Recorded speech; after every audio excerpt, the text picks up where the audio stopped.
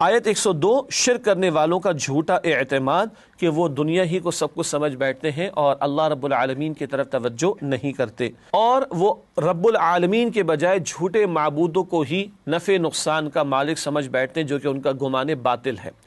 پھر آیات 103 تا 106 سب سے زیادہ خسارے میں کون ہوگا، اس پر بعد میں بات کریں گے، وہ کہ جو دنیا ہی کو مقصود بنا کر اسی کا بندہ بن جائے۔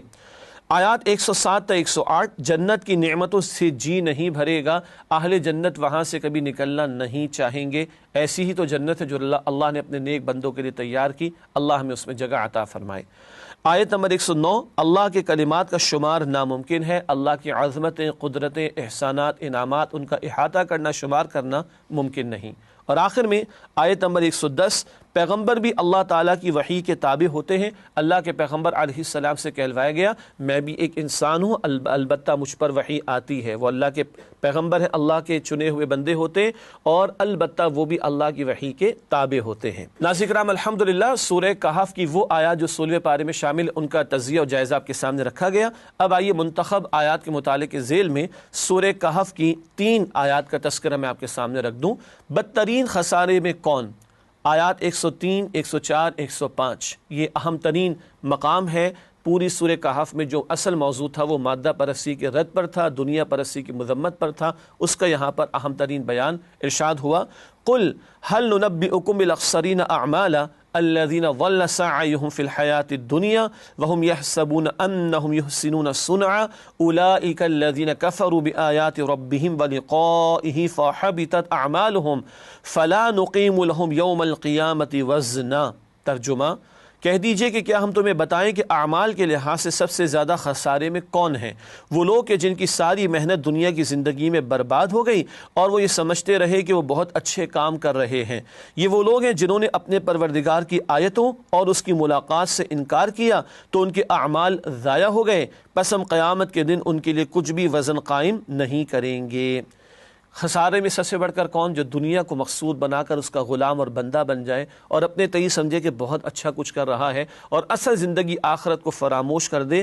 فرمایا کہ یہ وہ لوگ ہیں جنہوں نے رب کی آیات کا انکار کر ڈالا، اس کی ملاقات کا انکار کر ڈالا، اور ان کے سارے اعمال ضائع ہو گئے۔ ظاہر کے کوئی جھوٹ موٹ کی نیکی بھی تھی، اس کا بھی کوئی اجر نہیں ملے گا، بلکہ ذکر آ رہا ہے کہ ان کے اعمال کو تولنے کا بھی اہتمام نہیں کیا جائے گا۔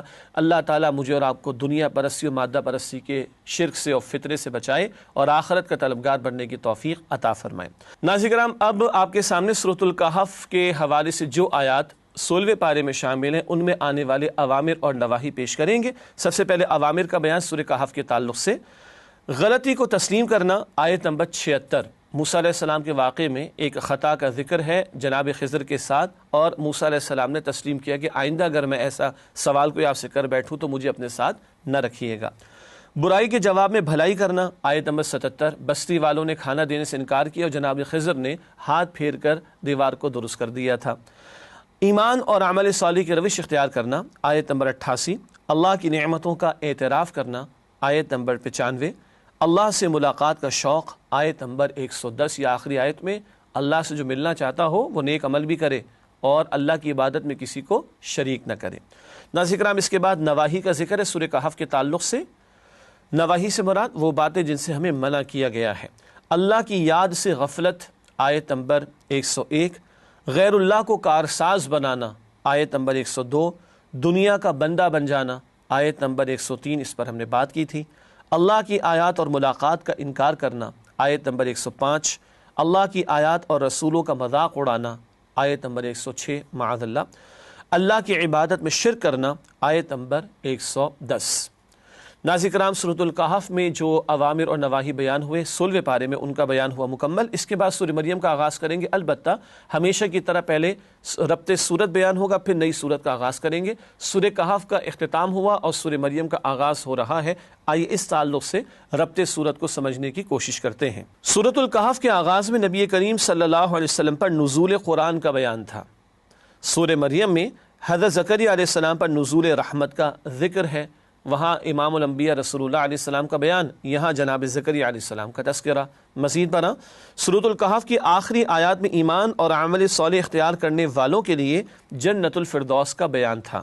سورہ مریم میں ایمان اور عمل صالح اختیار کرنے والوں کے لیے دلوں میں اللہ تعالیٰ کی طرف سے محبت پیدا کیے جانے کا ذکر ہے، یعنی ایمان اور نیک اعمال کے نتیجے میں کل جنت الفردوس عطا کیے جانے کا وعدہ ہے، تو آج دنیا میں بھی اللہ سبحانہ وتعالیٰ اس کے نتیجے میں ایسے بندے کے لیے محبت پیدا کر دیتے ہیں۔ سورۃ الکہف کی ابتدائی آیات میں نصارہ کے بھونڈے شرکیہ عقائد پر انہیں عذاب سے خبردار کیے جانے کا بیان تھا۔ سورہ مریم میں عقیدہ تثلیث کی تردید اور اثبات توحید کا موضوع ذکر کیا گیا ہے، یعنی دونوں صورتوں میں نصارہ کے غلط عقائد کی نفی کی گئی ہے۔ ناظرین کرام، اس کے بعد اب سورہ مریم کا آغاز کرتے ہیں، اور پہلے اس کے مضامین کا ایک اوور ویو اور اس کے بعد آیت با آیت تجزیہ آپ کے سامنے رکھیں گے انشاءاللہ۔ سورہ مریم کے مضامین کا تجزیہ پیش خدمت ہے۔ آیات 1 تا 58 انبیاء کرام پر اللہ کے انعامات، کئی انبیاء کا تذکرہ صورت میں عطا ہوا ہے۔ آیات 59 تا 63 برے اور اچھے لوگوں کا انجام جنت و جہنم کا تذکرہ ہے۔ آیات 64 تا 65 حضرت جبرائیل علیہ السلام کا نبی اکرم صلی اللہ علیہ وسلم سے خطاب ہے۔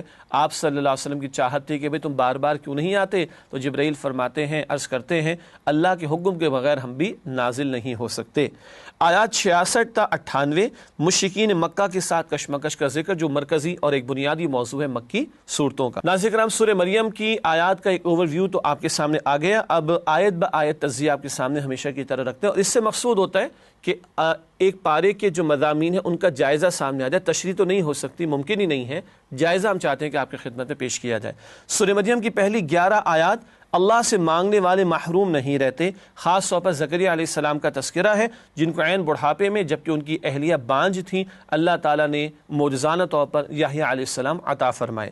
آیات 12 تا 15 حضرت یحییٰ علیہ السلام کی عظمت، وہ والدین کی فرما برداری کرنے والے تھے، اللہ کے فرما بردار تھے، سرکشی کرنے والے نہیں تھے، ان کی عظمت کا تذکرہ ہے۔ آیات 16 تا 26 حضرت عیسیٰ علیہ السلام کی بغیر والد معجزانہ ولادت کا ذکر، بی بی مریم سلام علیہا کے ہاں معجزانہ طور پر عیسیٰ علیہ السلام کی بغیر والد ولادت کا تذکرہ۔ آیات 27 تا 36 حضرت عیسیٰ علیہ السلام کی ماں کی گود میں گفتگو، اور جب الزام تراشی کی یہود نے بی بی مریم سلام علیہا پر معاذ اللہ، تو اللہ سبحانہ و تعالیٰ کے حکم سے عیسیٰ علیہ السلام ماں کی گود میں ہی پکار اٹھے، اور ایک طویل تقریر ہے جو ان کی قرآن نے نقل فرمائی۔ آیات 37 تا 40 حضرت عیسیٰ علیہ السلام کی معجزانہ ولادت نہ ماننے والوں کا انجام، جنہوں نے الزام تراشی کی، اس معجزے کو تسلیم نہیں کیا، اس حق کو تسلیم نہیں کیا، ان کے لیے برے انجام اور عذاب کا ذکر ہے۔ آیات 41 سے 48 حضرت ابراہیم علیہ السلام کی طرف سے حق کی دعوت اپنے والد کے لیے، مگر بڑوں کو دعوت کس طرح پیش کی جائے اس کا بھی بڑا پیارا ادب ہے جو اس مقام پر بیان ہوا۔ آیات 49 سے 50 حضرت ابراہیم، حضرت اسحاق اور حضرت یعقوب علیہم السلام پر اللہ کی عنایات، اللہ کے پیغمبر ہیں، چنے ہوئے بندے ہیں، ان پر اللہ کے انعامات کا تذکرہ۔ آیات 51 تا 53 حضرت موسیٰ اور حضرت ہارون علیہم السلام پر عنایات کا بیان۔ آیات 54 تا 55 حضرت اسماعیل علیہ السلام کی تحسین، خود بھی نیکی پر کاربند تھے، گھر والوں کو بھی حکم دیتے تھے، بات کریں گے اس پر آگے انشاءاللہ۔ آیات 56 تا 57 حضرت ادریس علیہ السلام کا مقام خاص، بلند مرتبہ اللہ نے ان کو عطا فرمایا، اس کا ذکر ہے۔ انبیاء کرام کی رقت قلبی کا بیان، جب اللہ کا ذکر ہوتا ہے ان کے دل کانپ اٹھتے اور آنکھوں سے آنسو جاری ہو جاتے ہیں۔ آیت نمبر 59 نالائق امتیوں کا طرز عمل کہ وہ نماز کو ضائع کرتے ہیں اور خواہشات نفس کی پیروی میں لگ جاتے ہیں۔ آیات 60 تا 63 صالح امتیوں کا حسین انجام، نیک لوگ جو پیغمبروں کی اتباع کرتے رہے ان کے حسین انجام کا ذکر۔ آیات 64 تا 65 نبی اکرم صلی اللہ علیہ وسلم کی قرآن کریم سے محبت، اور آپ انتظار میں رہتے تھے کہ بار بار اللہ کی طرف سے جبرائیل آئیں، بار بار اللہ کی وحی لے کر آئیں۔ آیات 66 تا 72 کیا مرنے کے بعد انسان کو دوبارہ زندہ کیا جائے گا، مشرکین کے سوالات اور اعتراضات کا تذکرہ اور جواب بھی دیا گیا۔ آیات 73 تا 76 کیا مال و دولت والے آخرت میں بھی نوازے جائیں گے۔ ایک مشرک تھا عاص بن وائل، اس نے خباب بن ارت رضی اللہ تعالی عنہ کا پیسہ ہڑپ کر لیا، واپس نہیں دیتا تھا، کہنے لگا آخرت میں میں دوں گا تجھے معاذ اللہ۔ تو ایسے لوگوں کے تعلق سے بتایا جا رہا ہے کیا ان کو آخرت میں کچھ دیا جائے گا؟ قطعاً نہیں۔ آیات 77 تا 80 کیا مال و اولاد کی کثرت اللہ کی رضا کی علامت ہے؟ مشرکین کہتے تھے ہمارے پاس اولاد کی بھی کثرت اور مال کی بھی کثرت، جتھے بھی ہیں، جماعت بھی بڑی ہے، اور مسلمانوں کے ہاں تو تھوڑے ہی سے لوگ ہیں، اس کا تذکرہ اس مقام پر ہوا۔ آیات 81 تا 82 جن پر تکیہ تھا وہی پتے ہوا دینے لگے، کیا مطلب؟ مشرکین جھوٹے معبود سے توقعات رکھتے ہیں اور یہ جھوٹے معبود بیچاروں کے کچھ کام نہیں آ سکتے۔ آیات 83 تا 87 روز قیامت کا حال، کیا انجام ہوگا، کیا کیفیت ہوگی مجرمین کی، اس کا تذکرہ ہے۔ آیات 88 تا 95 بدترین شرک، کسی کو اللہ کی اولاد قرار دینا، جیسے کہ اہل کتاب نے بھی کیا اور مشرکین نے فرشتوں کو اللہ کی بیٹیاں قرار دیا، معاذ اللہ۔ اس پر سخت الفاظ اللہ نے اس مقام پر بیان فرمائے۔ آیت نمبر 96 نیک لوگوں کے لیے دنیا میں انعام، یہاں بھی اللہ کی رحمت عطا ہوتی ہے، البتہ اصل تو آخرت ہی میں برکات اور نعمتیں عطا ہوں گی۔ آیت نمبر 97 تبلیغ کا عمل قرآن کے ذریعے کرنا چاہیے، بشارت بھی قرآن سے، انذار بھی قرآن سے کیا جائے۔ انذار کا مطلب اللہ کے عذاب سے خبردار کرنا۔ اور آخری آیت سورہ مریم کی ہے، آیت نمبر 98 دنیا میں دوبارہ آ کر گناہوں کی تلافی نہیں ہو سکتی، ایک ہی موقع اللہ نے دیا، اس سے فائدہ اٹھا کر کل کی ہمیشہ کی زندگی کی تیاری کرنی چاہیے۔ ناظرین کرام، الحمدللہ سورہ مریم کی آیات کا بھی تجزیہ اور جائزہ آپ کے سامنے پیش کیا گیا۔ اب چلتے ہیں سورہ مریم کی منتخب آیات کے مطالعے کی طرف۔ سب سے پہلے آیت نمبر 55 کا ہم نے انتخاب کیا ہے، گھر والوں کو خیر کی تلقین۔ ارشاد ہوا وَكَانَ يَأْمُرُ أَهْلَهُ بِالصَّلَاةِ وَالزَّكَاةِ وَكَانَ عِندَ رَبِّهِ مَرْضِيًّا، اور وہ اسماعیل علیہ السلام اپنے گھر والوں کو نماز اور زکوٰۃ کا حکم دیتے تھے اور اپنے پروردگار کے ہاں پسندیدہ و برگزیدہ تھے۔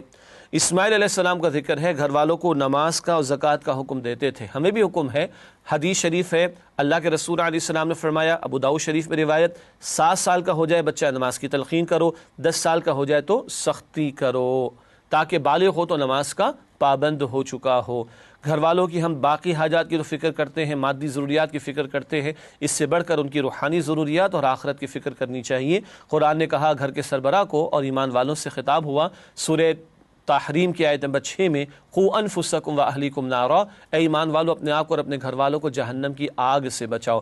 جیسے صبح اندھیرے میں بچوں کو اسکول کے لیے تیار کر سکتے ہیں تو ان کو نماز کی بھی ترغیب دلائی جا سکتی ہے۔ اللہ ہمیں توفیق عطا فرمائے۔ اگلی آیت ہے سورہ مریم کی آیت نمبر 59 نماز کا ضیاع اور خواہشات کی پیروی۔ ارشاد ہوا فَخَلَفَ مِن بَعْدِهِمْ خَلْفٌ أَضَاعُوا الصَّلَاةَ وَاتَّبَعُوا الشَّهَوَاتِ فَسَوْفَ يَلْقَوْنَ غَيًّا۔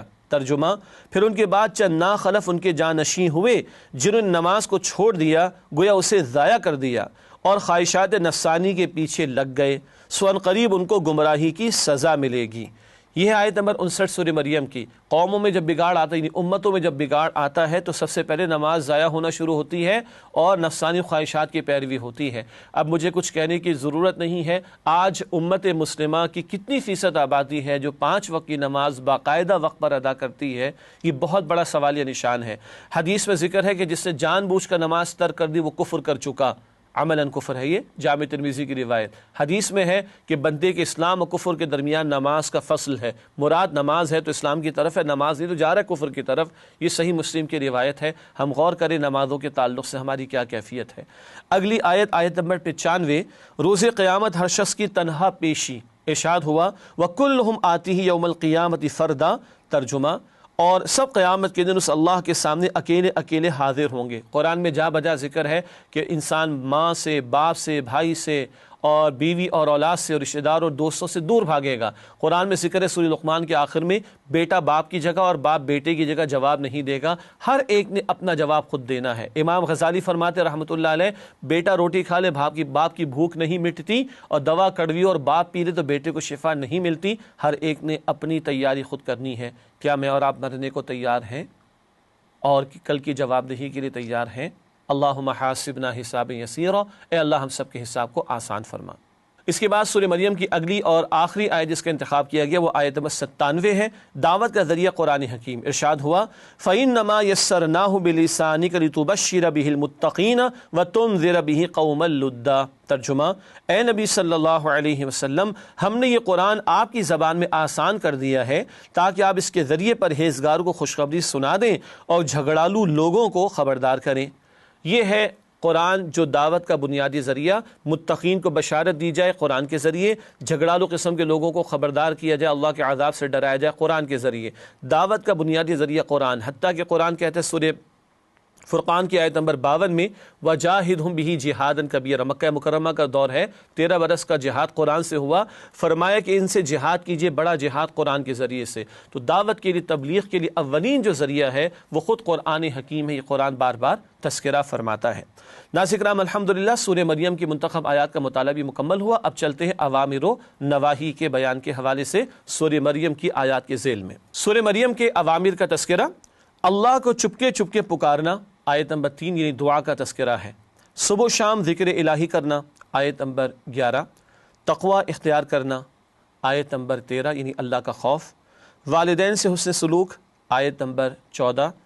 نماز اور زکوٰۃ ادا کرنا، آیت نمبر 31۔ اللہ ہی کی عبادت کرنا، آیت نمبر 36۔ سیدھی راہ کی پیروی کرنا، آیت نمبر 43۔ اللہ ہی سے دعا کرنا، آیت نمبر 48۔ وعدے کو پورا کرنا، آیت نمبر 54۔ گھر والوں کو نماز اور زکوٰۃ کی تلقین کرنا، آیت نمبر 55۔ اسماعیل علیہ السلام کے تعلق سے گفتگو ہوئی تھی۔ توبہ، ایمان اور عمل صالح کی روش اختیار کرنا، آیت نمبر 60۔ اللہ کی عبادت پر ثابت قدم رہنا، آیت نمبر 65۔ نیک اعمال کر کے اچھے انجام کی امید رکھنا، آیت نمبر 76۔ یعنی صرف تمنا نہ ہو آخرت کی کامیابی کی، اس کے لیے محنت بھی ہو، ایمان کے ساتھ نیک اعمال کو بھی انجام دینا۔ قرآن سے بشارت اور انذار، آیت نمبر 97۔ اس آیت کا ہم نے مطالعہ بھی کیا تھا۔ ناظرین کرام، یہ اوامر کا بیان مکمل ہوا۔ سورہ مریم کے تعلق سے اب نواہی یعنی ڈونٹس کا تذکرہ آپ کے سامنے رکھیں گے۔ شیطان کی عبادت کرنا، آیت نمبر 44، یعنی یہ وہ باتیں نواہی جن سے روکا گیا، منع کیا گیا ہے۔ نماز کو ضائع کرنا، آیت نمبر 59، اس پر ہم نے بات کی تھی۔ خواہشات نفس کی پیروی کرنا، آیت نمبر 59۔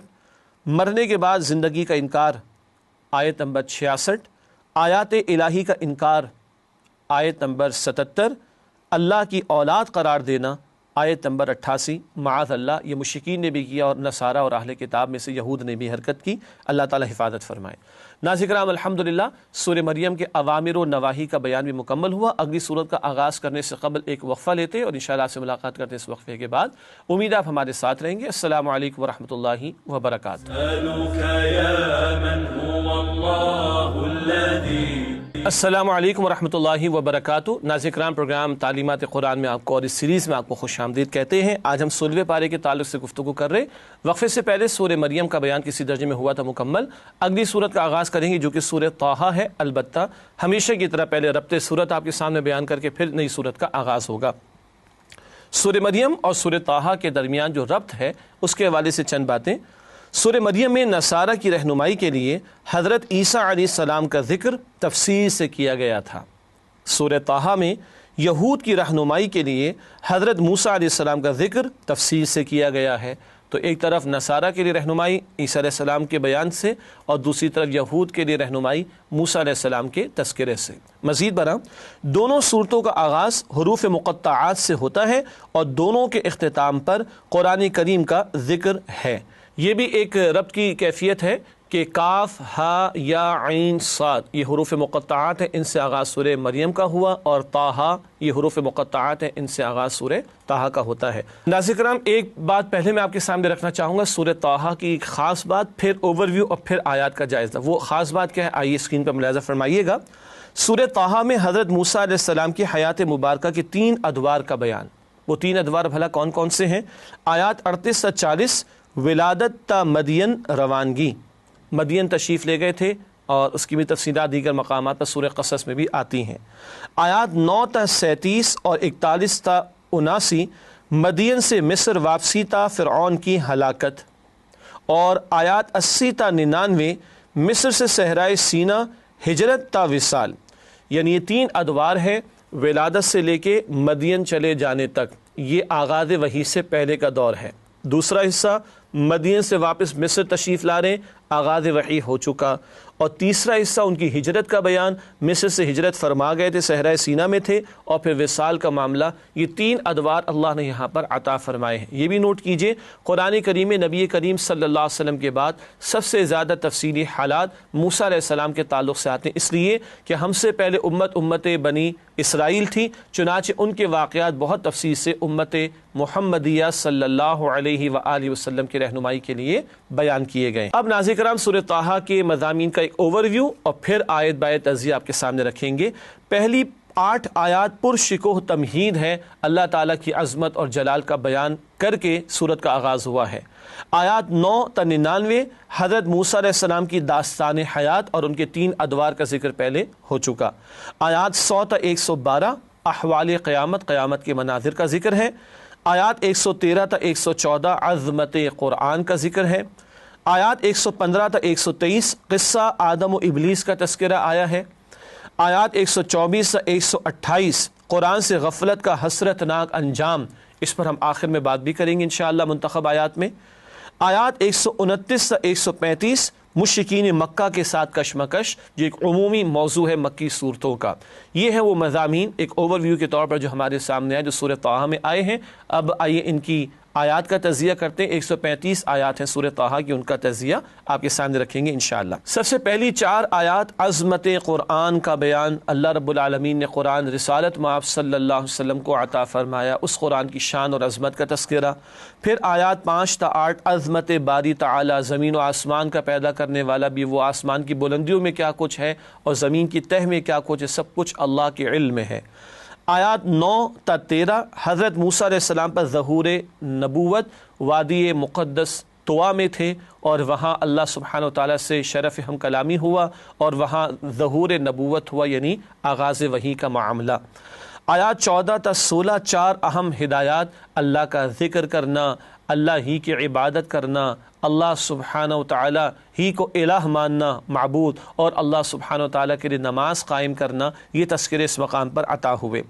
آیات 17 تا 24 حضرت موسیٰ علیہ السلام کے 2 اہم معجزات، ید بیضا چمکتا ہوا ہاتھ اور وہ عصا جس سے بہت سارے وہ کام لیتے تھے، تو اژدہا بھی بن جایا کرتا تھا وہ عصا، یہ 2 معجزات، ان کا ظہور بھی اس مقام پر ہوا اور یہ دونوں معجزات موسیٰ علیہ السلام کو عطا کیے گئے۔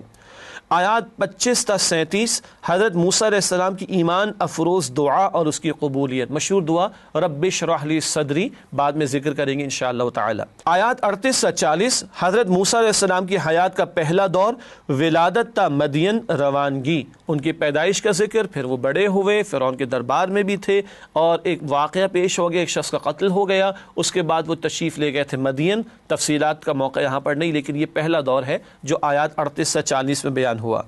آیات 41 تا 56 فرعون کے سامنے دعوت حق، وقت کا ظالم و جابر بادشاہ ہے مگر اس کے سامنے بھی کلمہ حق جا کر پیش کرتے ہیں موسیٰ علیہ السلام۔ یہیں سے یہ جان لیجئے کہ پیغمبروں کی دعوت انقلابی دعوت ہوتی ہے، وقت کے ایوانوں اور حکمرانوں کو بھی خطاب کرتے ہیں، اور موسیٰ علیہ السلام کو تو خاص طور پہ فرعون کی طرف بھی بھیجا گیا تھا۔ اذهب الى فرعون انه طغى، سورہ نازعات آخری پارے میں ہے کہ موسیٰ جائیے فرعون کی طرف، وہ سرکشی کی طرف آ گیا ہے، سرکشی پر اتر آیا ہے۔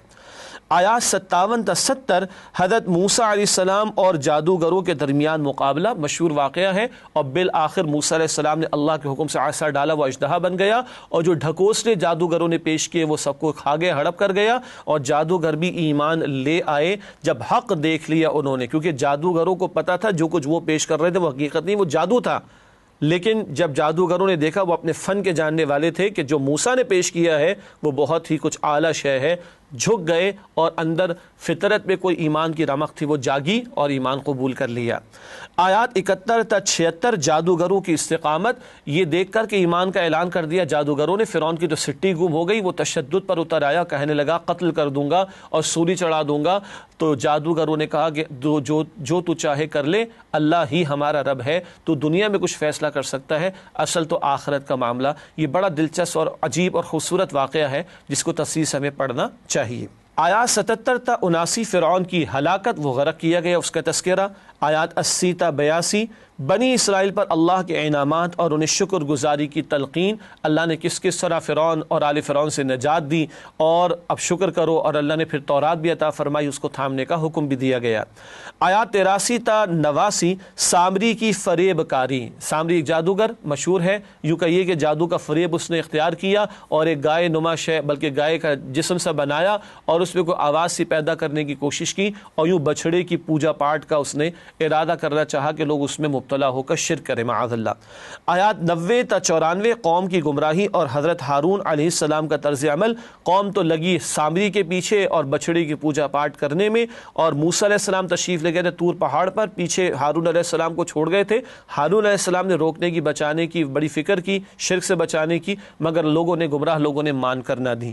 آیات 95 تا 98 سامری کا انجام، موسیٰ علیہ السلام واپس تشریف لائے اور اس کی سرزنش کی، اور اس کو اللہ تعالیٰ نے ایک بیماری میں بھی مبتلا کیا، اور جو بچڑا تھا اس کو بھی فنا کر ڈالا اور پاش کر ڈالا، اس کی راکھ کو پھینک دیا موسیٰ علیہ السلام نے۔ یہ تذکرہ بھی اس مقام پر آتا ہے۔ آیات 99 تا 101 قرآن میں بیان شدہ قصوں کی حکمت۔ قرآن قصوں کی کتاب تو نہیں ہے نا، ہدایت کی کتاب ہے، تو دیکھو پچھلے نافرمانوں کا انجام کیا ہوا، ظالم و جابروں کا انجام کیا ہوا، پیغمبر کے راستے کو چھوڑنے والوں کا انجام کیا ہوا۔ اس سے قرآن ہر دور کے لوگوں کو عبرت دلاتا ہے۔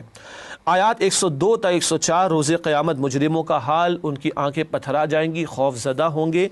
آیات 105 تا 107 پہاڑوں اور زمین کا مستقبل، یہ پہاڑ ہلا دیے جائیں گے، چلا دیے جائیں گے، ریزہ ریزہ کر دیے جائیں گے، اور یہ زمین بالکل فلیٹ اور چھٹیل میدان کر دی جائے گی۔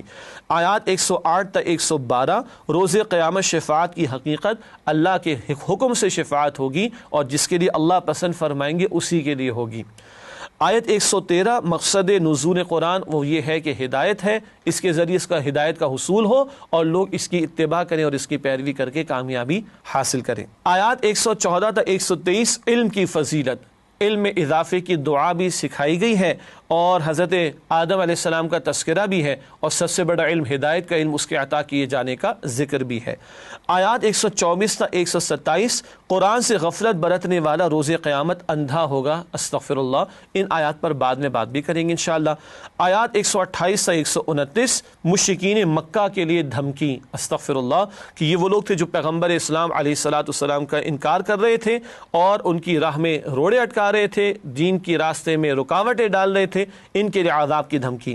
آیات 130 سے 132 نبی اکرم صلی اللہ علیہ وسلم سے خصوصی خطاب، اللہ کی یاد میں لگے رہنا، اللہ کی خاطر صبر کرنا، اس سے ہی تقویت ملے گی حق کی راہ میں استقامت کے لیے۔ آیات 133 سے 135 نبی اکرم صلی اللہ علیہ وسلم کا اصل معجزہ قرآن ہے۔ مشرکین بار بار مطالبات کرتے، بتایا گیا اصل معجزہ قرآن ہے، اسی کو مانو، اور اسی کو مانو گے اور عمل کرو گے تو نجات ملے گی۔ ناظرین کرام، الحمدللہ سورہ طٰہٰ کی آیات کا جائزہ بھی آپ کے سامنے پیش کیا گیا۔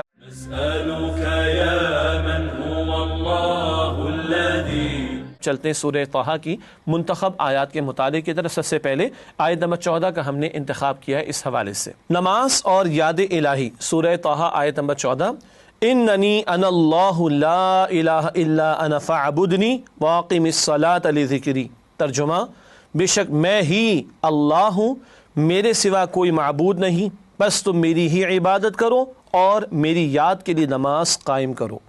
اس آیت میں 5 مرتبہ اللہ نے میں کا ذکر کیا۔ اننی، بے شک میں، انا اللہ، میں اللہ ہوں، لا الہ الا انا، اللہ فرماتے میرے سوا کوئی معبود نہیں، فاعبدنی، میری عبادت کرو، واقم الصلاۃ لذکری، اور میری یاد کے لیے نماز قائم کرو۔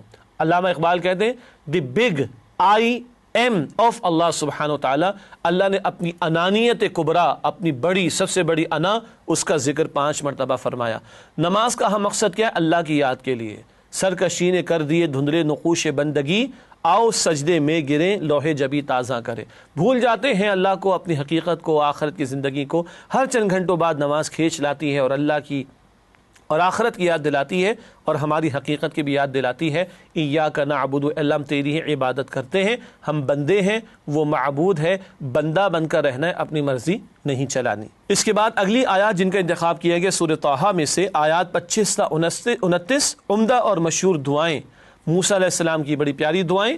قال رب اشرح لي صدري ويسر لي امري واحلل عقدة من لساني يفقهوا قولي واجعل لي وزيرا من اهلي۔ ترجمہ، موسیٰ علیہ السلام نے عرض کی، اے میرے پروردگار، اس کام کے لیے میرا سینہ کھول دے اور میرا کام آسان کر دے، اور میری زبان کی گرہ کھول دے تاکہ وہ بات سمجھ سکیں، اور میرے گھر والوں میں سے ایک کو میرا وزیر یعنی مددگار مقرر فرما دے۔ اللہ کے دین کے کام کے لیے نکلے ہیں تو اللہ سے دعا ہو رہی ہے، اے اللہ سینہ کھول دیجئے، کام آسان کر دیجئے، زبان کی گرہ کھول دیجئے تاکہ بولنا اور بیان کرنا آسان ہو، تاکہ وہ بات سمجھ لیں، اور گھر والوں میں سے ایک معاون مقرر کیجئے۔ پھر ہارون علیہ السلام کو اللہ تعالیٰ نے نبوت عطا فرمائی اور موسیٰ علیہ السلام کے کام میں ان کو بھی شریک کیا گیا۔ یہ دعا بڑی پیاری، بلکہ یہ دعائیں بڑی پیاری حفظ کرنے والے بچوں اور بچیوں کو بھی سکھائی جاتی ہے، جو دین کی دعوت کا کام کرنے والے ہوں، تبلیغ کا کام کرنے والے ہوں، تدریس کا کام کرنے والے ہوں، تعلیم کا کام کرنے والے ہوں، ان کو بھی ان دعاؤں کو اپنے معمولات میں شامل رکھنا چاہیے۔ اگلی آیات سورہ طٰہٰ کی آیات 70 تا 73، تشدد بمقابلہ ایمان۔ ایک طرف فرعون ہے جو جادوگروں کے ایمان لانے پر تشدد پر اتر آیا، اور دوسری طرف ابھی ایمان لانے والے جادوگر جو اب صاحب ایمان ہیں ان کی استقامت کا ذکر ہے۔ ارشاد ہو رہا ہے فَأُلْقِيَ السَّحَرَةُ سُجَّدًا قَالُوا آمَنَّا بِرَبِّ هَارُونَ وَمُوسَىٰ قَالَ آمَنْتُمْ لَهُ قَبْلَ أَنْ آذَنَ لَكُمْ إِنَّهُ لَكَبِيرُكُمُ الَّذِي عَلَّمَكُمُ السِّحْرَ فَلَأُقَطِّعَنَّ أَيْدِيَكُمْ وَأَرْجُلَكُمْ مِنْ خِلَافٍ وَلَأُصَلِّبَنَّكُمْ فِي جُذُوعِ النَّخْلِ وَلَتَعْلَمُنَّ أَيُّنَا أَشَدُّ عَذَابًا وَأَبْقَىٰ قالوا لم نؤثرك على ما جاءنا من البينات والذي فطرنا فاقض ما أنت قاض إنما تقضي هذه الحياة الدنيا إنا آمنا بربنا ليغفر لنا خطايانا وما أكرهتنا عليه من السحر والله خير وأبقى۔ ترجمہ کرتے ان آیات کا ارشاد ہوا تو جادوگر سجدے میں گر پڑے اور کہنے لگے کہ ہم موسیٰ اور ہارون کے پروردگار پر ایمان لائیں۔ فرعون بولا کہ کیا تم میری اجازت سے پہلے ہی اس پر ایمان لے آئے؟ یقیناً وہ تمہارا بڑا یعنی استاد ہے جس سے تم کو جادو سکھایا ہے۔ سو میں تمہارے ہاتھ اور پاؤں مخالف سم سے کٹوا دوں گا اور کھجور کے تنوں پر سولی چڑھوا دوں گا۔ اس وقت تم کو معلوم ہوگا کہ ہم میں سے کس کا عذاب زیادہ سخت اور دیر تک رہنے والا ہے۔ انہوں نے کہا جو دلائل ہمارے پاس آ گئے ہیں ان پر اور جس اللہ نے ہم کو پیدا کیا ہے اس پر ہم تجھے ہرگز ترجیح نہیں دیں گے، تو تجھے جو کرنا ہے کر گزر۔ تو جو حکم چلا سکتا ہے وہ صرف اسی دنیا کی زندگی میں ہی ہے۔ ہم اپنے پروردگار پر ایمان لے آئے تاکہ وہ ہمارے گناہوں کو معاف کرے اور اسے بھی جو تو نے ہم سے زبردستی جادو کرایا، اور اللہ بہتر اور باقی رہنے والا ہے۔ یہ آیات 70 تا 73 کا ترجمہ ہوا جو ہمارے سامنے آیا۔ بہت ساری تفصیلات ہیں، 2-3 باتیں عرض کروں گا۔ جن لوگوں کے پاس دلیل کا جواب نہیں ہوتا وہ تشدد پر اتر آتے ہیں، اور یہ فرعونیت کا ایک مظہر ہے جو آج کے دور میں بھی دکھائی دے گا۔ حق والوں کو، دین والوں کو، اللہ کی بات کرنے والوں کو جیلوں میں ڈالنا، شہید کرنا اور ان کے لاشیں بھی نہ ملتے ہوں، یہ آج کے بھی ظالموں جابروں کا پرتشدد وتیرہ ہے۔ دوسری اہم بات، جادوگروں کو اپنے فن کی لیمیٹیشنز پتہ تھیں۔ موسیٰ علیہ السلام کی معجزات کو دیکھا تو پتہ چل گیا یہ کوئی بہت بڑی بات ہے جو ہمارے سامنے آئی۔ اندر فطرت میں پکار تو ہوتی ہے، حدیث بخاری کی ہر بچہ فطرت پر اسلام پر پیدا ہوتا ہے۔ بہرحال ماں باپ اس کو یہودی نصرانی مجوسی بنا دیتے ہیں۔ وہ فطرت کی پکار سامنے آ گئی، حق کیونکہ دیکھ لیا، دین اینڈ دیر ایمان لے آئے۔ اب فرعون کہتا ہے کہ تمہیں قتل کرا دوں گا، یہ تو تمہارا بڑا ہے معاذ اللہ جس نے تمہیں سکھایا۔ یہ کلیور آدمی تھا، چالاک آدمی تھا، ہوشیار آدمی تھا، عیار آدمی تھا۔ بازی اس نے پلٹتی ہوئی دیکھی تو اس طرح کی الزام تراشی کی۔ جادوگر کیا کہتے ہم تو ایمان لے آئے اور تو نے جو کچھ کرنا ہے کر لے، تو دنیا کی زندگی میں کر سکتا ہے، ہم تو اپنے رب پر ایمان لے آئے اور وہ ہمیں بخش دے گا، ہمیں اس بات کا یقین ہے۔ یہ ہے ایمان جو بندے کو ظالم و جابروں کے سامنے کھڑا کرتا ہے۔ اللہ یہ ایمان اور یہ جرت اور استقامت مجھے اور آپ کو، ہم سب کو عطا فرمائے۔ اس کے بعد آخری 3 آیات کا ہم نے انتخاب کیا، وہ سورہ طٰہٰ کی آیات ہیں 124، 125، 126، قرآن سے اعراض کی سزا۔ ارشاد ہوا وَمَنْ أَعْرَضَ عَنْ ذِكْرِي فَإِنَّ لَهُ مَعِيشَةً ضَنْكًا وَنَحْشُرُهُ يَوْمَ الْقِيَامَةِ أَعْمَىٰ قَالَ رَبِّ لِمَ حَشَرْتَنِي أَعْمَىٰ وَقَدْ كُنْتُ بَصِيرًا قَالَ كَذَلِكَ أَتَتْكَ آيَاتُنَا فَنَسِيتَهَا وَكَذَلِكَ الْيَوْمَ تُنسَىٰ۔ ترجمہ، اور جو میری نصیحت سے منہ پھیرے گا اس کی زندگی تنگ ہو جائے گی اور ہم اسے روز قیامت اندھا کر کے اٹھائیں گے۔ وہ کہے گا میرے پروردگار تو نے مجھے اندھا کر کے کیوں اٹھایا، میں تو دیکھتا بھالتا تھا۔ اللہ فرمائے گا کہ ایسا ہی ہونا چاہیے تھا، تیرے پاس میری آیتیں آئیں تو نے ان کو بھلا دیا، اسی طرح آج ہم تجھ کو فراموش کر دیں گے۔ ناظرین کرام، یہ بڑا ہی ہلا دینے والا مقام ہے قرآن حکیم کا۔ جو لوگ قرآن کو فراموش کر دیں، نظر انداز کر دیں، پس پش ڈال دیں، اگنور کر دیں، توجہ نہ کریں، اللہ ہمیں محفوظ رکھے۔ قرآن کہتا ہے معیشت تنگ ہوگی، دنیا تنگ ہوگی، زندگی تنگ ہوگی اور آخرت میں اندھا بنا کر کھڑا کیا جائے گا۔ کیوں تم اندھے بنے رہے قرآن سے؟ تمہارے پاس اللہ کے کلام کے لیے وقت نہیں تھا، اللہ فرمائیں گے آج میرے پاس تمہاری رحمت میں سے کوئی حصہ نہیں۔ اللہ اس سے محفوظ رکھے، اللہ ہمیں قرآن کے حقوق کو ادا کرنے کی توفیق دے، اس پر ایمان، اس کی تلاوت، اس کو سمجھنا، اس پر عمل، اس کے احکامات کا نفاذ اور اس کے پیغام کو دوسروں تک پہنچانا۔ اللہ تعالیٰ قرآن حکیم کے حقوق ادا کرتے ہوئے اس قرآن سے ہمیں ہمارے تعلق کی مضبوطی کی توفیق عطا فرمائے۔ ناظرین کرام، الحمدللہ سورہ طٰہٰ کی منتخب آیات کا مطالعہ بھی ہوا کسی درجے میں مکمل۔ ناظرین کرام، پروگرام کے بالکل آخر میں فرمان نبوی صلی اللہ علیہ وسلم پیش خدمت ہے۔ صاحب قرآن کی مثال بندھے ہوئے اونٹ کے مالک کی طرح ہے، اگر اس کا خیال رکھے گا تو اسے قابو میں رکھے گا، اور اگر اسے چھوڑ دے گا تو وہ بھاگ جائے گا۔ قرآن کی حفاظت کرنی ہے، خاص طور پر حفاظ قرآن کے تعلق سے بھی گفتگو ہے۔ صحیح بخاری میں اللہ کے پیغمبر علیہ الصلوۃ والسلام کا یہ فرمان موجود ہے۔ اللہ سے دعا ہے کہ اللہ تعالیٰ ہمیں قرآن حکیم سے مزید مضبوطی عطا فرمائے۔ ناظرین کرام، اسی کے ساتھ اجازت چاہیں گے اور آئندہ پروگرام میں آپ سے ملاقات کرتے ہیں انشاءاللہ تعالیٰ۔ وآخر دعوانا ان الحمد للہ رب العالمین، والسلام علیکم ورحمۃ اللہ وبرکاتہ۔ نسألك يا من هو الله الذي